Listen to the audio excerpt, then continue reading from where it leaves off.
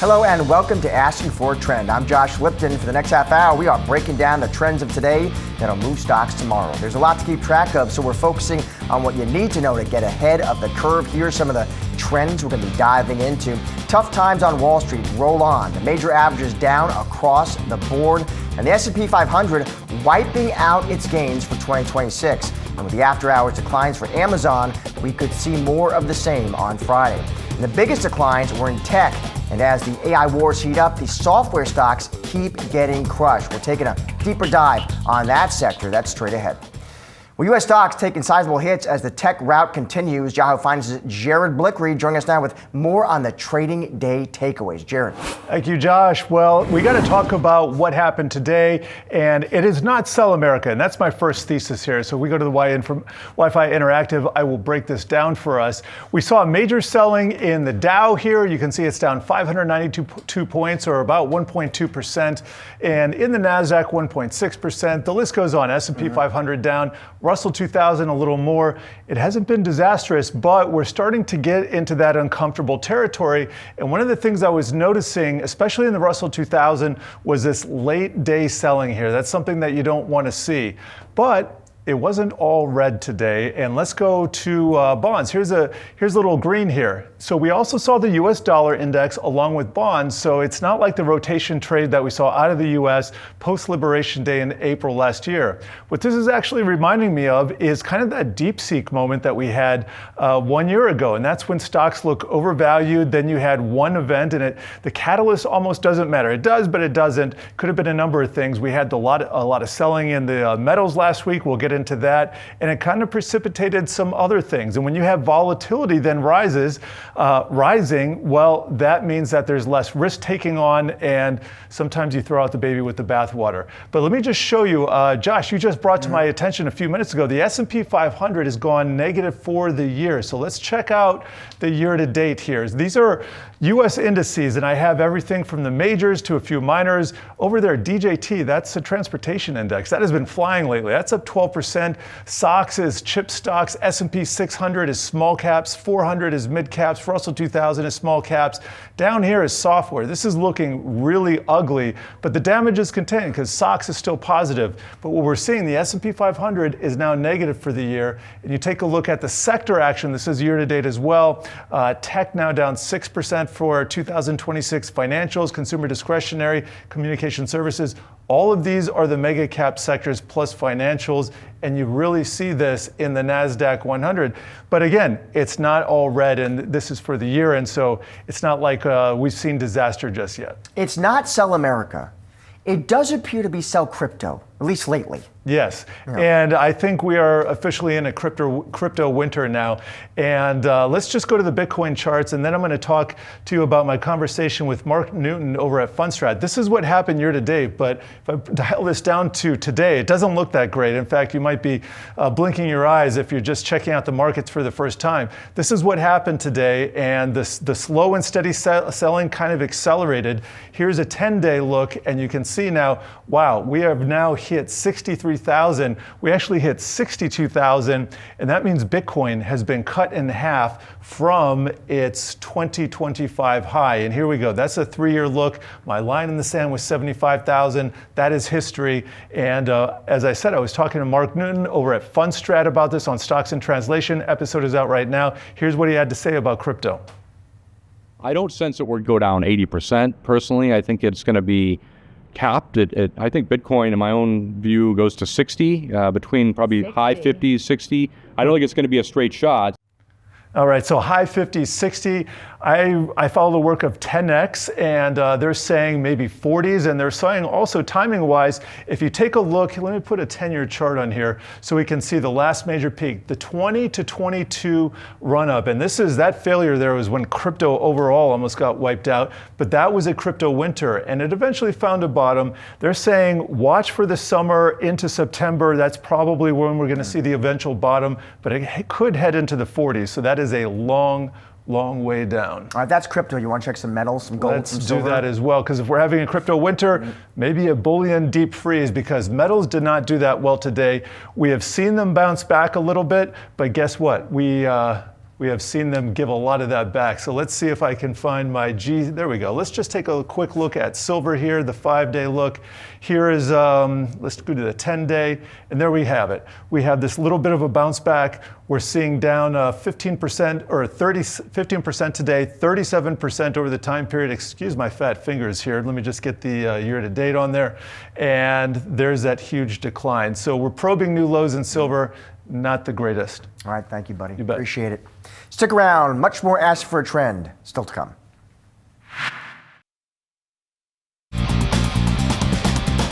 Software stocks getting crushed, and the rhetoric getting louder as investors worry AI could replace traditional software tools. For more, we're bringing in Rishi Jaluria. He is Managing Director of Software at RBC Capital Markets. Rishi, it is great to see you because you are just the man to talk to about this. Software is getting slammed. Dan Ives over at Wedbush telling clients the software Armageddon is here. Dan always has an ear for the dramatic, of course. What do you make of it? I mean, do you look at this and say, Rishi, and this is the sector you know so well, do you say, you know what? This reaction, it's fair, it's reasonable, or do you say this is an overreaction, mass hysteria? Where are you on this? Yeah, and I hate to give out the cop-out answer, but the answer is it's somewhere in between. There is reality behind all this AI hype. I see all the new announcements out of Claude and OpenAI, and I'm just spellbound how amazing this technology is and how quickly it's evolving. At the same time, I think this idea that AI is the death of software is absolutely wrong. And I would say as a whole, this pullback is a huge overreaction. I think it's presenting some really great buying opportunities, but I think we need to put on our thinking caps and really scrutinize what are the companies that are going to recover the best. Like, this is the opportunity to invest in quality. Quality doesn't mean size. Quality means innovation. That is the biggest mode I think we have now. And is the central concern here, Rishi, if we boil it down, that we think companies are now going to build their own unique, powerful AI agents, and they're going to perform the work of the traditional software tools? Is that it? I think it's a combination of two things. One of them is exactly that you can use these vibe coding tools, you can use Cursor, Claude Code to build your own CRM, or at the very least, don't unplug your CRM, but all the functionality around it, you can surround it with your own custom-built AI agents. The second worry is that a lot of this functionality will get subsumed into OpenAI and Anthropic as platforms. You saw this morning, Anthropic made a bunch of new announcements, sent what was viewed as the more insulated area of software, cybersecurity, sent a bunch of those stocks down this morning because they talked about security. On that news, I wanted to touch on with you on that anyway. OpenAI, so let's just bring viewers up to speed. They launched a new enterprise platform called Frontier. That is Sam Altman going hard after those business customers. Initial customers include some names you know very well, Intuit, right? Then Anthropic, its latest AI model, per Axios, looks like an inflection point, they say, for how AI tools can help cyber defenders. When you see these headlines dropping from OpenAI, from Anthropic, how do you try to think through, okay, what this means for the software sector? Yeah, I would say two things. Number one is, well, what is the value of all of these LLMs and all this AI technology if it's not actually being productized at the application level? And one company can't do everything. They can't know sales and marketing in depth. They can't know financials in depth, and especially vertical, if we think about industry-specific software. So that's piece number one that I would say. Piece number two is, this almost reminds me of the early days of AWS, where every time AWS would make an announcement, it would send all these software stocks down 10, 15%. Guess what? Amazon has a good observability solution. Datadog's still doing incredibly well. They have a database. MongoDB is still doing really well. They have a data warehouse. Snowflake is still doing really well. And I think we need to think about this. It's not a zero-sum game. And all of this is actually TAM expansive.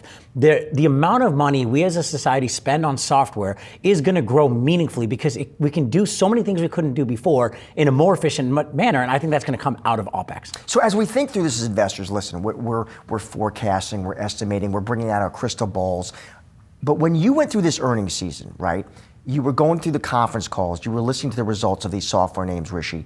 Were you seeing actual hard downward revisions? Were you hearing CEOs and CFOs saying, I am cutting guidance because of AI? I'm glad you bring that up. In spite of how apocalyptic this may feel, numbers aren't coming down. Numbers are actually going up. My Microsoft numbers went up. My colleague who covers ServiceNow, his numbers went up, right? And that was the day that led to kind of this most recent stage of bleeding.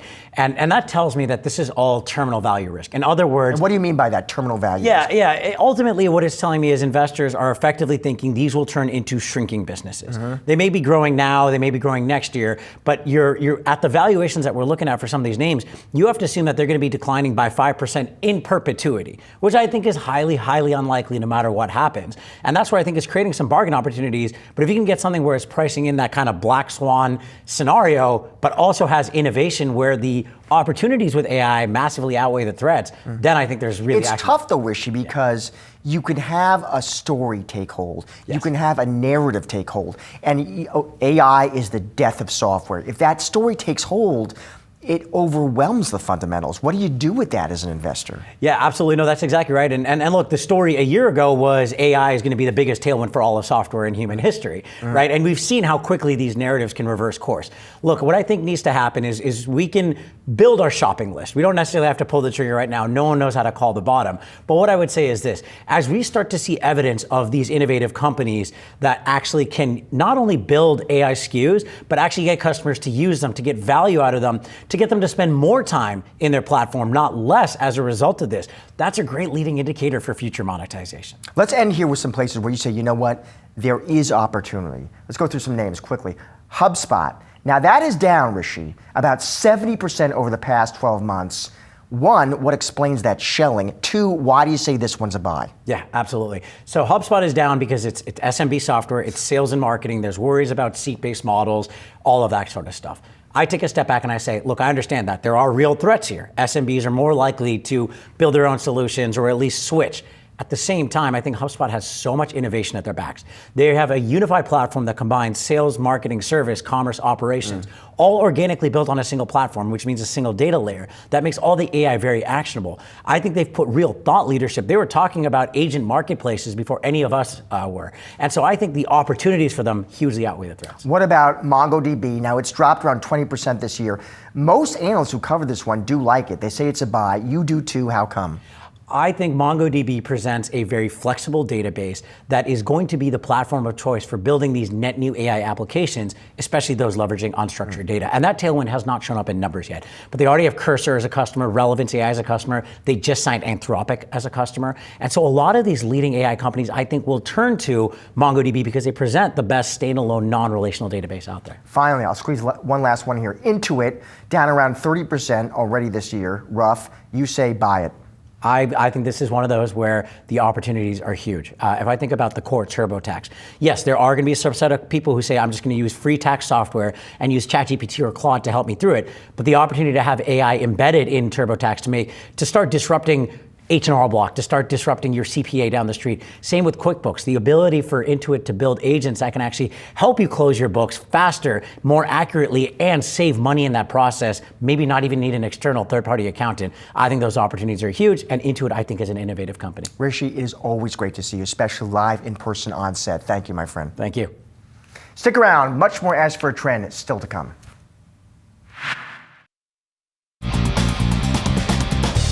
The Food and Drug Administration is pushing for sweeping changes to how food is labeled and how drugs get approved. And Yahoo Finance's Julie Hyman sat down with the FDA Commissioner to talk about the new changes. So the label "no artificial dyes" has really not been accurate in the past, and that's because of a regulatory failure at the FDA. It's not recognized the role of natural colorings. So we have natural ingredients that create a color, and those are from natural sources. Now, if those are included, you can use that label "no artificial colors." The FDA also approved 2 additional natural dyes and from natural ingredients. And so it gives companies more options because we need cost-neutral alternatives to the artificial petroleum-based dyes that people don't want. And we took action within weeks of coming into office to remove all 9 petroleum-based dyes from the U.S. food supply. It's going very well. Within a matter of months, 40% of the food industry stepped up and said, yes, we're going to take a pledge to get rid of these. And so we're seeing more companies do it. Some have done it already very quickly. Right. Others, it'll take time in their manufacturing, but we want that labeling to be accurate so people can trust the label that says no artificial dyes. As you mentioned, a lot of the industry has already stepped up and made these changes. Nestle, Conagra, a couple of the companies. It is a voluntary program up till now. Have you been in talks with more companies? How much are you communicating with them about the ones that haven't yet made the changes to make some of those changes? Well, the FDA did take action to ban one of the artificial dyes, the one where there are the strongest health concerns from the medical community. And we believe you can win more bees with honey than fire. So we've asked them to do the right thing. The food companies are not bad. They did what the medical community and what society, including the government, asked them to do in the 50s and 60s, and that is to address food insecurity. But now that we've engineered chemicals to increase shelf life and we've created petroleum-based dyes that go in food now that don't appear in the food that the same companies make sent overseas to other countries. There's literally two versions of cereal, one for Canadian children and one for American children. We just asked American companies, can you serve the healthier version of your food for American kids? As I said, it is a voluntary program. At some point, do you maybe make it not voluntary, make it more of a regulation that companies who are not participating will do so? Yeah, so the voluntary removal is the best way to go, but we have made it very clear that we're going to use all the tools in the toolbox, including considering new evidence that certain individual artificial petroleum-based dyes are not good for your health. And they do, and that's for a couple reasons. Doctors have described the inflammatory response. These are chemicals that do not appear in nature. And when they go down the GI tract, it creates an inflammatory response. And it's been associated with behavioral disorders, including an association with attention deficit disorder in a large randomized controlled trial published in BMJ. So we're going to listen to the medical community, and as they present more and more evidence, we will take the liberty and remove any dyes using our ban authority if we see fit. Speaking of the medical community, I want to switch gears. I want to ask about the expedited voucher program that you have put into effect, where basically drug approvals can come to market as quickly as 1 to 2 months instead of 10 to 12 months, which was the prior sort of fast track authorization. You've awarded 15 vouchers, I believe, so far as part of that program. But it is a somewhat controversial program. There are some concerns around the program, right? That maybe the process wouldn't seem as safe, or there are political considerations here. And I know that there's been concern externally, there's been concern internally, reportedly, at the FDA. How do you address those concerns? Well, first of all, we've said very clearly that we're reducing idle time. There's a lot of idle time in the process. And look, I come from the clinical setting where when you break bad news to a patient, you think to yourself, is there anything out there that we can offer somebody, and can we offer it to them as fast as we can safely do it?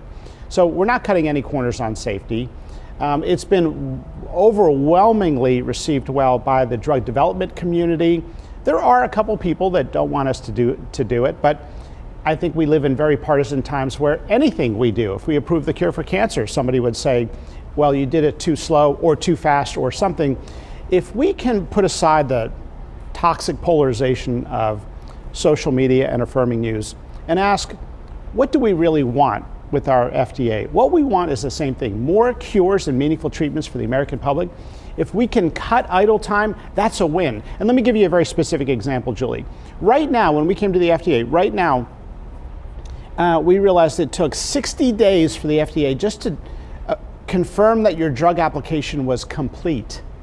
Well, with new technology and AI, we can do that in 5 minutes. And we can also have a human review it as well. But these old archaic processes that were developed in the 50s and 60s, we have got to challenge these deeply held assumptions, because if you're somebody suffering from one of these conditions, it doesn't make sense why we have so much idle time in the process. So we're not farming the application out to as many offices, we're convening people, and we're getting a decision out as fast as we can safely do it. And at the same time, we've said we reserve the right to take longer if we feel that we need to take longer, and we have no problems doing that if that's needed. Let's talk about the staffing at the FDA as regards to the expedited vouchers. last year, you guys lost a significant amount of staff, both before you came on and then as you came on. But now I know you've said you guys are hiring. Were the cuts too deep in order to do this work that you are now talking about? Well, the cuts were not to the scientific community. No scientific reviewer was laid off in the reduction in force. And we did not see an exodus once I came to the agency. We're actually just below the normal turnover rate for staff at the agency. So the FDA is strong and it's going to continue to be strong. What we saw during the reduction in force is our IT personnel go from 1,500 to 700. The number of HR and procurement staff go from 2,000 to a couple hundred. And those were necessary cuts because if we're not nimble and efficient, we can't do our work well. We are now hiring 1,050 scientists at the FDA. The first 110 are in seats. Another 400 are hired and being onboarded. And we're going to keep going, building our scientific community because we have a very aggressive reform agenda and we want to make sure we have the capacity to do it well. And you can catch that full interview on the Yahoo Finance YouTube channel. That's a wrap on today's Ask for a Trend. Be sure to come back tomorrow at 4:30 p.m. Eastern for all of the latest market-moving stories affecting your wealth.